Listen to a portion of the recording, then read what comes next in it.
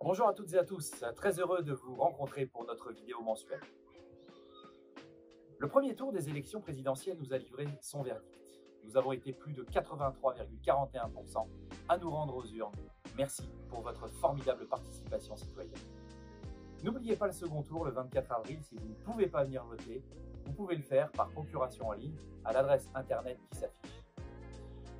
Très attachés aux valeurs républicaines et à la démocratie, c'est avec fierté que nous avons remis aux nouveaux votants leur carte électorale lors de la cérémonie de citoyenneté le 26 mars dernier, qu'ils ont pu utiliser pour le premier tour. La semaine dernière, le budget de la commune a été voté en conseil municipal. Les taux d'imposition communaux n'évoluent pas.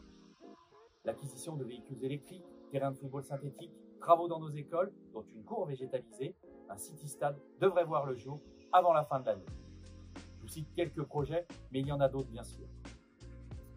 Le 2 avril, le conseil municipal des jeunes s'est réuni en séance plénière pour présenter leurs projets, comme par exemple des passages piétons signalant un bâtiment communal et ses activités, des boîtes à livres et bien d'autres choses encore.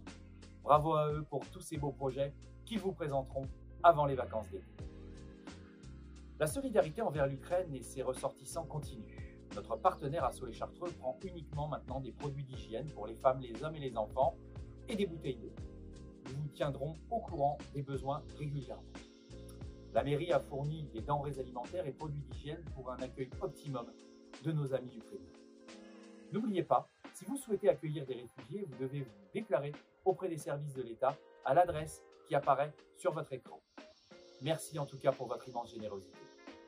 La commune poursuit aussi son soutien symbolique avec l'illumination de la mairie aux couleurs de l'Ukraine.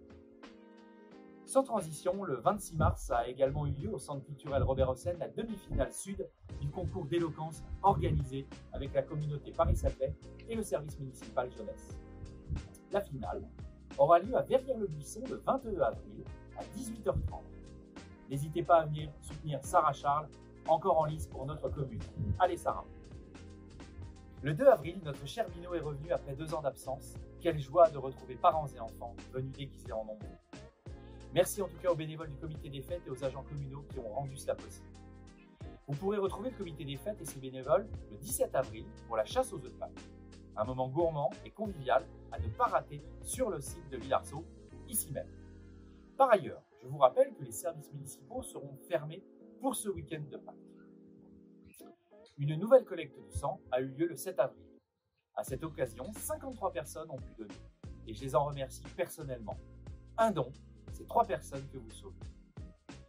Certains d'entre vous m'ont posé la question concernant la fermeture de la piscine de Montlhéry. Nous travaillons sur le sujet avec les communes du Cirn, Montlhéry, Linal, la Ville-du-Bois et l'agglomération qui verse déjà plus de 100 000 € par an pour trouver des solutions. En effet, il est important que nos enfants aient un lieu pour apprendre à nager. Je n'ai pas accepté de rentrer dans le syndicat car la dette de ce dernier était trop importante, près de 2 millions d'euros, qui aurait forcément eu un impact sur nos impôts. J'ai en revanche proposé une rallonge budgétaire pour aller au moins jusqu'à la fin d'année 2022. Je vous tiendrai au courant au fur et à mesure. Une nouvelle place à mobilité réduite a vu le jour la semaine passée devant la boulangerie Le Monnier. Elle permettra de pouvoir se garer aux personnes en ayant la nécessité. Alors merci de respecter cette place. Aussi, avec un peu d'avance, rendez-vous le 8 mai pour la commémoration de la victoire 1945.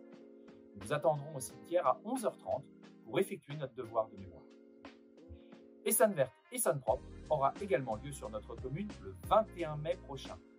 Plusieurs circuits vous seront proposés avec notamment nos jeunes du CMJ et du SMJ. Alors venez nombreux. Voilà, c'est tout pour cette vidéo déjà très prolixe. À très bientôt et bonnes vacances de printemps pour ceux qui y en ont.